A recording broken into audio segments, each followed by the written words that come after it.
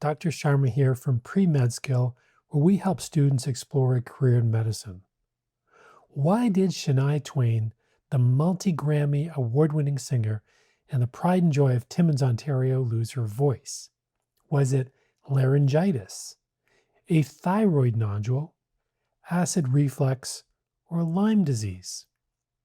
First, a quick refresher on how the voice works. Speech starts in the brain, in Broca's and Wernicke's area, then impulses travel down the recurrent laryngeal nerve, the nerve that controls the vocal cords in the trachea. When we inhale, cords open. When we speak, they tighten. A singer like Shania can stretch and relax her vocal cords to hit notes that most of us can only dream of. In anyone who has a sudden onset of vocal loss, we need to rule out things like laryngitis and acid reflux. But there are a few interesting pieces of anatomy that you need to think about. The vocal cords are innervated by branches of the 10th cranial nerve, which form the superior and recurrent laryngeal nerves. Because the recurrent laryngeal nerve dips down below the major arteries in the neck, in the area around the thyroid gland, in a patient with new onset hoarseness, we need to always rule out neck pathology. Cancers, thyroid nodules, and vascular aneurysms or outpouchings can all cause new onset hoarseness.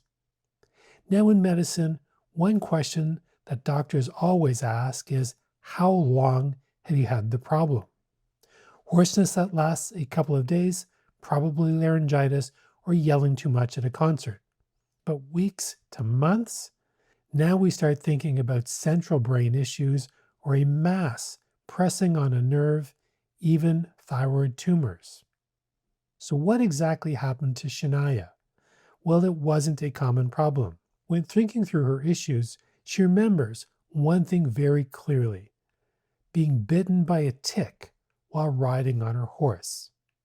Black-legged ticks, especially if attached for over 24 hours, can transmit Borrelia burgdorferi, a bacteria that can cause Lyme disease.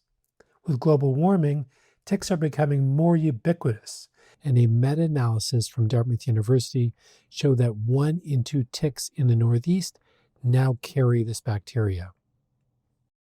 One of the earliest signs of Lyme disease is a very specific rash called Erythema migrans, or EM for short.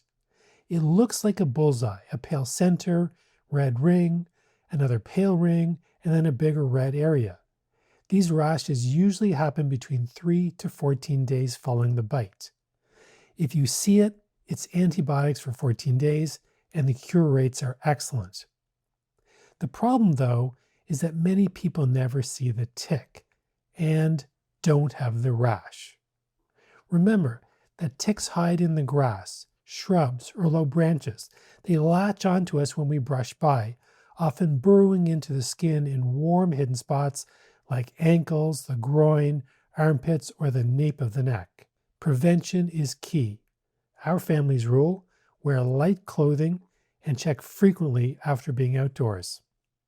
Without early treatment, Lyme can cause serious long-term problems: brain fog, arthritis, nerve damage, even loss of the voice from injury to the nerves controlling the vocal cords. And that's what happened to Shania Twain. The good news: she got treatment and is back on stage belting out her amazing hits. Key takeaways: if in a wooded area or long grass, remember, do a tick check. Prevention is key.